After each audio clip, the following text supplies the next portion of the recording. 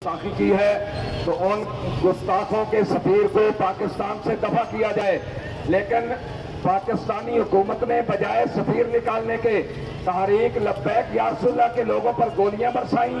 27 लोगों को एक शहीद किया, 12 लोगों को एक शहीद किया, 4 लोगों को अभी यहाँ साधो की पहुंचने तक, मुरीदके से साधो की तक 4 लोगों को शहीद किया, सैकड़ों लोगों को जख्मी और जख्मी किया और दर्जनों लोगों को अपाहज और माजूर किया।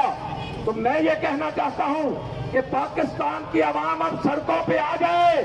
जुल्म की इंतहा हो चुकी है। ईमान का तकादा ये है कि अब घरों में बैठना गैरत का तकादा नहीं है। सब लोग उठो, इस कारवां के साथ शामिल हो जाओ। ये नामूस और रिसालत कारवां है, ये इज्जत रसूल कारवां है, ये अपने नबी से वफा का कारवां है। इसके साथ शामिल हो जाएं। हम इंशाअल्लाह इस्लामाबाद जाएंगे। ये काफिला रुकेगा नहीं, ना तुम्हारे चैलेंज से, ना तुम्हारी गोलियों की बौछार से, ना तुम्हारे जुल्म और तशद्दुद से कोई चीज भी इस काफिले का रास्ता रोक नहीं सकती। आशिकाने रसूल, सिर्फ खड़े होकर देखो ही नहीं, पता नहीं जिंदगी कब खत्म हो जानी है। उठो, इस काफिले के साथ शामिल हो जाए। हमें न यूएनओ की जरूरत है, न फ्रांस की जरूरत है, न अमेरिका और बरतानिया की जरूरत है। हमें जरूरत है तो रसूलुल्लाह की जरूरत है।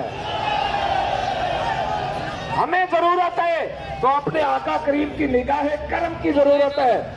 हम कुछ भी बर्दाश्त कर सकते हैं, लेकिन खत्म नबुव्वत और नामूस रिसालत पर हमला हो तो हम कभी बर्दाश्त कर सकते नहीं। इसलिए मैं इन हुक्मरानों से भी कहूंगा कि होश के नाखन लें। आपने अभी और कितनी गोलियां बरसानी है, कितने लोगों को शहीद करना है। हम तो उसी नबी के नाम के लिए जा रहे हैं, उस नबी की इज्जत के लिए जा रहे हैं जिनका कलमा तुम भी पढ़ते हो। फिर मैं क्यों ना कहूं, और तुम पर मेरे आका की इनायत न सही। और मुनकरो कलमा पढ़ाने का भी एहसान गया, मुनकरो कलमा पढ़ाने का भी एहसान